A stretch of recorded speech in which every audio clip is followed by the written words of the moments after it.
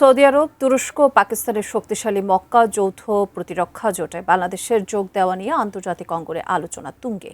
নতুন সদস্য যুক্ত করার বিষয়ে সুনির্দিষ্ট বার্তা দিয়েছে পাকিস্তান। কিন্তু ভূ রাজনৈতিক লাভ ক্ষতির সমীকরণে ঢাকার চূড়ান্ত অবস্থান কি হবে, বিস্তারিত জানাচ্ছেন ত্রিবেণী তনু।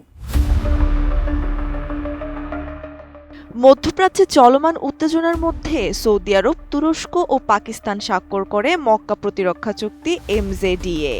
পারস্পরিক প্রতিরক্ষার নীতিতে গঠিত এই চুক্তি গঠনের কয়েকদিন পরই বাংলাদেশের প্রধানমন্ত্রী তারেক রহমানকে সৌদি আরব সফরে আমন্ত্রণ জানান দেশটির যুবরাজ ও প্রধানমন্ত্রী মোহাম্মদ বিন সালমান। এরপর থেকেই জোরালো হয় মক্কা প্রতিরক্ষা চুক্তিতে বাংলাদেশের সম্ভাব্য অংশগ্রহণের আলোচনা। বাংলাদেশের সরকারের পক্ষ থেকে এই বিশেষ আন্তর্জাতিক সামরিক জোটে যোগ দেওয়ার বিষয়ে ইতিবাচক মনোভাব প্রকাশ করার পর নতুন সদস্য অন্তর্ভুক্তির বিষয়টি নিয়ে পাকিস্তান সরকারের তরফ থেকে আনুষ্ঠানিকভাবে নিজেদের অবস্থান পরিষ্কার করা হয়েছে।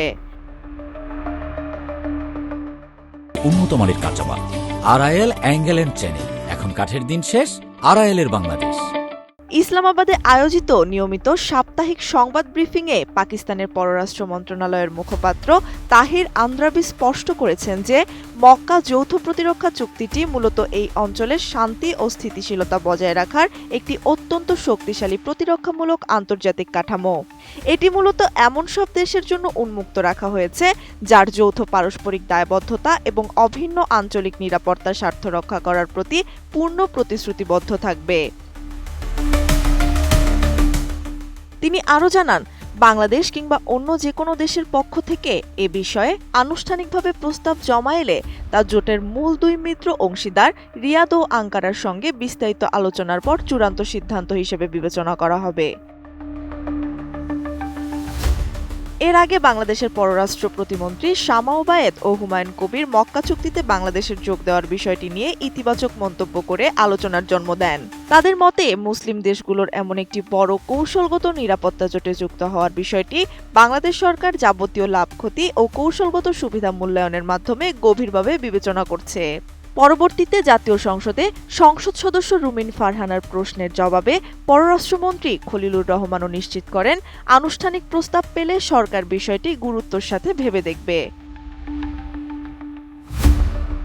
চলতি বছরের 7 আগস্ট পবিত্র মক্কায় সই হওয়া এই প্রতিরক্ষা চুক্তির মূল নীতি হল সদস্যভুক্ত যে কোনো একটি দেশের উপর সশস্ত্র হামলা হলে তা যৌথভাবে সবার উপর হামলা হিসেবে গণ্য করা হবে।